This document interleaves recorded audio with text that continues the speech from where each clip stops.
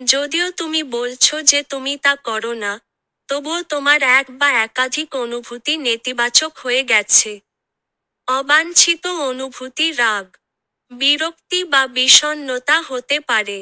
তুমি হয়তো অন্যদের সাথে তা ভাগ করে নিতে চাইবে না, কিন্তু তোমার হৃদয়ে কি লুকিয়ে আছে তা তোমাকে গভীরভাবে দেখতে হবে। এক বা একাধিক অপ্রতিরোধ্য ঘটনা তোমার অবাঞ্ছিত অনুভূতির তীব্রতাকে ট্রিগার করতে পারে। সেগুলো স্বীকার করে তুমি ইতিবাচক আত্মরূপান্তর শুরু করতে পারো।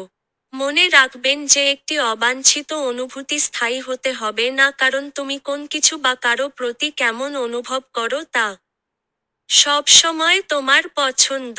তাই নিজেকে আরও ভালোভাবে জানার জন্য তোমার হৃদয় খুলে দাও। কারণ এবং প্রভাব বুঝতে তোমার গল্পের অনেক দিক আবার একত্রিত করতে হবে। তুমি যত বেশি তোমার অবাঞ্ছিত অনুভূতি সম্পর্কে সচেতন হবে, ততই তুমি নিজেকে আত্মার নিরাময়ে সাহায্য করতে পারবে। কর্মের অভিজ্ঞতা অর্জন করা একটি আশীর্বাদ। কিন্তু প্রভাবের বাধা, সংকীর্ণ দৃষ্টিভঙ্গি এবং অজানা বা অসম্ভবতার ভয়ের কারণে তুমি তা মনে করো না। আশীর্বাদ পেতে তোমাকে তোমার বিশ্বাস, প্রত্যাশা এবং বিচারের গভীরে তাকাতে হবে। জীবনের সকল ক্ষেত্রেই তোমাকে কিছু শিখতে হবে। যেমন ছেড়ে দেওয়া, নিঃশর্ত ভালোবাসার সারিবদ্ধতার জন্য উদ্যমী রূপান্তরের জন্য আপনি আপনার অভ্যন্তরীণ জগতে আরও সক্রিয়ভাবে জড়িত হতে পারেন। নিজেকে জিজ্ঞাসা করুন, আপনি আপনার জীবনকে কিভাবে শর্তযুক্ত করেছেন? প্রতিটির সাথে দেখা করুন এবং এটিকে ছেড়ে দেওয়ার জন্য আপনি কী করতে পারেন তা নির্ধারণ করুন। বিভিন্ন কারণে মানুষের মনোযোগ আপনার ভালো অনুভূতিকে আঁকড়ে ধরে। যৌবনে, এটি ছিল পরিবারের ভালোবাসার জন্য। সময়ের সাথে সাথে, ভালোবাসা আপনার শূন্যস্থান পূরণের প্রয়োজনীয়তার সাথে খাপ খাইয়ে নিয়েছে। যতক্ষণ আপনি ভালো অনুভূতির একটি মুহূর্ত চান, ততক্ষণ আপনার আত্মা জাগ্রত হবে না বুঝতে যে এই আসক্তিপূর্ণ অনুভূতি ধীরে ধীরে আপনাকে ভিতরে মেরে ফেলছে। আপনি কি বাকি জীবনকাল এই আকাঙ্ক্ষার উপর নির্ভরশীল থাকতে চান? যদি আপনি একটি স্থায়ী ভালোবাসা চান, তাহলে এখানে একটি স্বাধীন ইচ্ছাশক্তি প্রয়োগ করা প্রয়োজন। এটি সম্ভব। আপনার অনুভূতি সম্পর্কে সচেতনতা একটি আধ্যাত্মিক জাগরণ। আপনার অনুভূতির দায়িত্ব একটি পছন্দ। আপনার অনুভূতির পুনর্বিন্যাস একটি আত্মরূপান্তর। নেতিবাচক দিক হল আপনি আপনার অভ্যন্তরীণ আত্মাকে অগ্রাধিকার দেননি।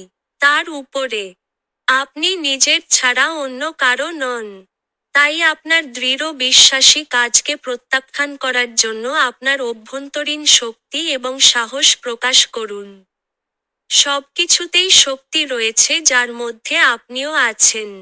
যেহেতু তোমার অনুভূতি মানুষের প্রতি অত্যধিক সক্রিয়, তাই তুমি কোন শক্তিতে নিয়োজিত এবং শোষণ করছো সেদিকে মনোযোগ দাও। কিছু শক্তি আছে যা তোমার জীবনী শক্তিকে নিঃশেষ করে দেয়। যদি তুমি পরিবর্তনের জন্য কিছু না করো, তাহলে অবশেষে তোমার আর কোন জীবনী শক্তি অবশিষ্ট থাকবে না। তাই সচেতনতা হলো আত্মরূপান্তরের মূল চাবিকাঠি। তোমার শক্তি তোমার পছন্দ। অন্যান্য শক্তির জন্য, তোমাকে সুস্থ সীমানা আঁকতে হবে। প্রথমত, তোমাকে তোমার এবং তাদের কি তা আলাদা করতে হবে। এই শক্তিগুলিকে একসাথে মিশিয়ে প্রতিকূল শক্তিকে তীব্রতর করতে পারে।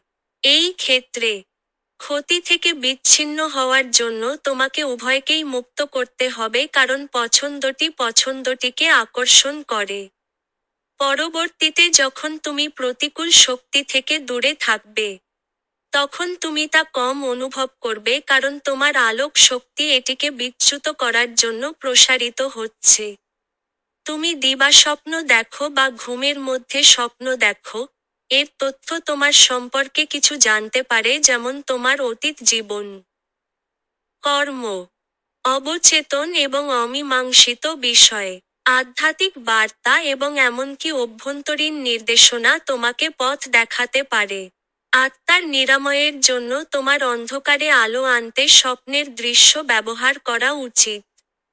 পুরনো স্বপ্নগুলি পুনর্বিবেচনা করার যজ্ঞ যেগুলি তুমি তাদের গুরুত্বপূর্ণ উদ্দেশ্যগুলি মিস করেছ বা প্রত্যাখ্যান করেছ। যদি আপনি থেরাপি সেশনে হিপনোসিস ব্যবহার করেন, তাহলে বিভ্রান্তি তৈরির জন্য কিছু ভুল ব্যাখ্যা করা হয়েছে।